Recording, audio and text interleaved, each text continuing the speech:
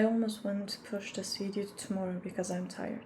And honestly, this is exactly why I need to film this today.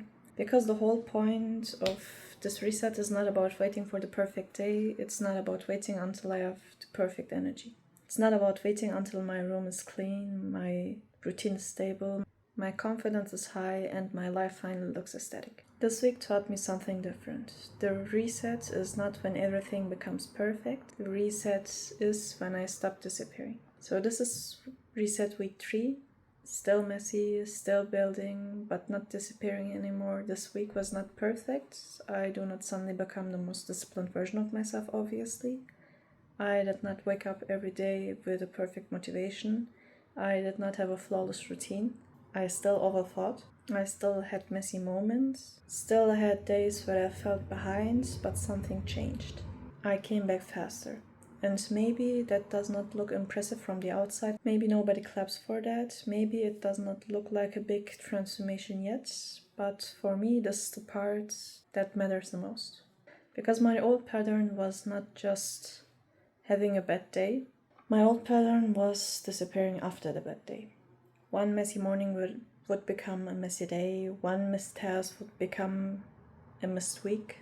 One imperfect post would make me question the whole reset, and then I would tell myself I will restart tomorrow, restart Monday, and I will restart when my room is clean. Restart when I feel ready, when I have the perfect plan. But this week I started realizing that waiting for the perfect version of myself is another way to avoid the work. Because the perfect version of me is not going to appear before I start. She is built by starting, she is built by making the bed when I do not feel like it, she is built by drinking water when I feel overwhelmed, she is built by opening the laptop even when I'm not ready or feel like it, she is built by cleaning one corner instead of trying to fix the whole room, she is built by posting before I overthink, she is built by returning after I fall behind. And this is why I wanted to document this week. Not because it looks impressive, not because it's aesthetic, not because I have everything figured out, but because I think this is the part of the reset that most people do not show enough. The unfinished part, the messy part. The part where you're trying, but your life still looks the same. The part where your room is still not fully clean. The part where your planner is still not perfectly filled out. The part where your routine still breaks. The part where you're still tired. You're still learning how to show up. And I think a lot of people quit here, not because they are lazy, but because the beginning does not look like the results they imagined. You start a reset and you think your life's going to change immediately. You think you're going to wake up as a new person. You think your room will stay clean. You think your motivation will stay high. You think your routine will suddenly feel natural. But at first, it does not feel like that. And first, discipline is boring. At first, it's just water, just opening the laptop, just making one plan, just cleaning the same corner again and again. It is just choosing not to disappear. And that can feel disappointing if you expected the reset to feel exciting. But maybe this is the point. Maybe discipline is boring before it becomes consistent. Maybe the boring part is where the identity is built. Not in the perfect routine, not in the aesthetic version, not in the moment where everyone can see the results, but in the quiet return, in the moment where nobody sees you choosing again. This week I had to lower the standards a lot. And I used to think that lowering the standard meant failing. But now I think it's actually how I stay in the system.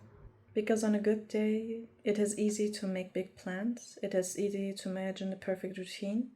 It is easy to say I will wake up early, I will study, work out, clean, film, edit, post.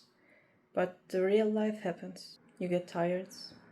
You have to-dos, meetings, social plans. You do not know when you will be home. You do not have the perfect lighting. You don't have B-rolls. You don't have the perfect setup. You don't have a choice. You either disappear because the day was not perfect, or you make the standard smaller. That was one of the biggest lessons for me this week. Make the standard smaller. Not cleaning my whole room, just one corner. Not to save the whole day. Stop the spiral.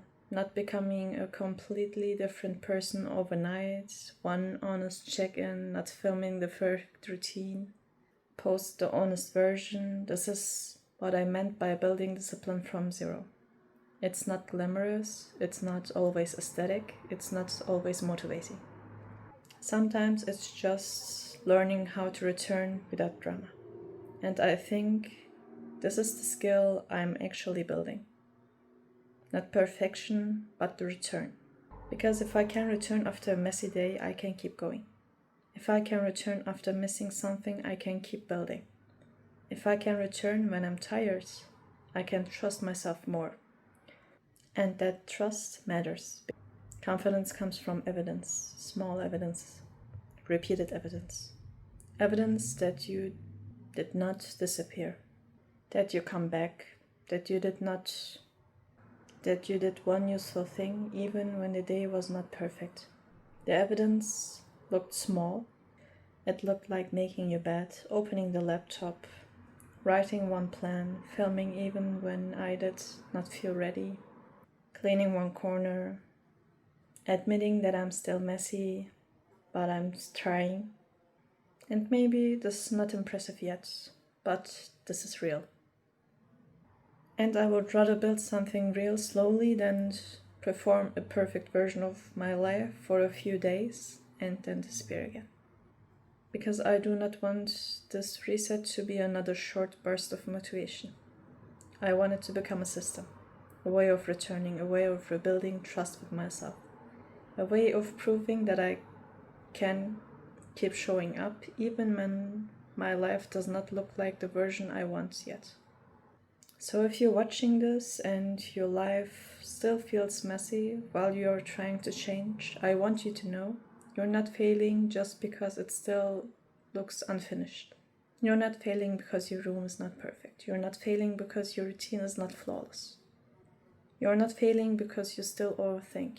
You're not failing because you had to lower the standard. You might be in the part nobody sees yet.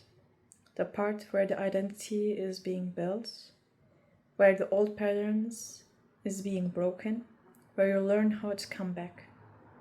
So maybe today does not need to be perfect. Maybe today just needs one small return. Water, one useful task, one honest check-in, one clean surface, one plan. One thing that proves you're still here. This is enough for today.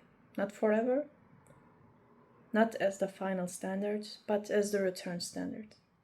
Because sometimes the goal is not to win the whole day. Sometimes the goal is not abandoning the day completely. And this is what this week has been for me. My reset week 3 was not perfect. It was definitely not aesthetic all the time. Not fully organized, but different. Because I'm not disappearing the way I used to. I'm returning faster. I'm making the standard smaller. I'm showing up before it looks impressive. And maybe this is the real reset. Not the clean room, not the perfect routine, not the perfect version of myself, but the return. The decision to keep building, even while it is still messy. Even while I'm still tired. Even when I'm still becoming. So this is the part where I'm documenting the messy part, the unfinished part, the part where nobody claps yet, the part where I'm still learning how to trust myself. Messy, but I'm still building. I'm still trying to be here.